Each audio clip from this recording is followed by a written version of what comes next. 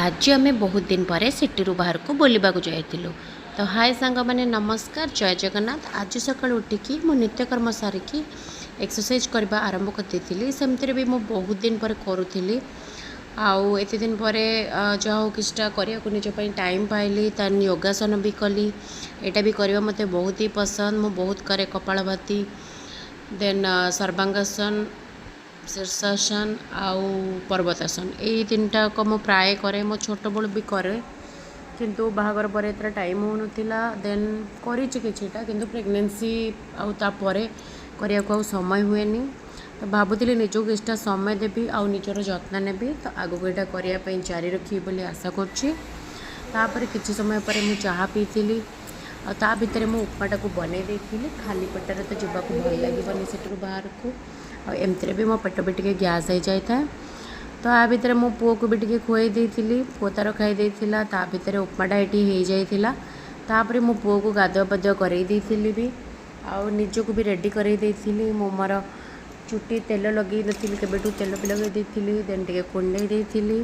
तापर ये मुझे रेडी होती। यहाँ गोटे न्यूट्रिक्सटा मो फ्लिपकार्ट ऑर्डर करी। आ बहुत ही भल पड़ी मात्र 1000 भितर। कि आप नहीं पारे। आउटिंग बहुत भल अच्छी। कॉटन भी भल अच्छी जोटा कि रेयन रोचे। आटा आप जापर गोटे दिन बाहर को जी बाहर को किसी भी एत खराब लगे। आ भितर मो पुओ भी दुष्ट होता। ये देखो मु पूरा पूरी रेडी होगापर यहाँ एमती ही लगुच। आर तलपटे भी अच्छी लाइनिंग दिखाई। आई क्लॉकटा मुझे यहाँ भी सेम फ्लिपकार्ट ही आनी। मात्र 419 टଙ୍କା पड़ता। किंतु बहुत ही भल पड़ा। दिन सारा मुझे किसी गोड़ पेन ही ना। सब भल लगी। आमती आम बीबीएस पाखापाखि पूरा पहुँच जाइलु। सब बाटर भी सब भल लगुला। पाग भी सब ठीक था। आत भी गरम नाला। आमर जहाँ या भितर पुओ भी बहुत दुष्ट होता। से आगू जाऊला पछक आसला। आमती भी एत समय बसते भल लगे से बोर हो जाए। तो किसी टय आम रखी था कार रे जोटा कि से खेली पार। आठ गोटे टेडीटा था। यहाँ तार बहुत छोट बड़र सेटा मन पकाऊँगी खेलुची।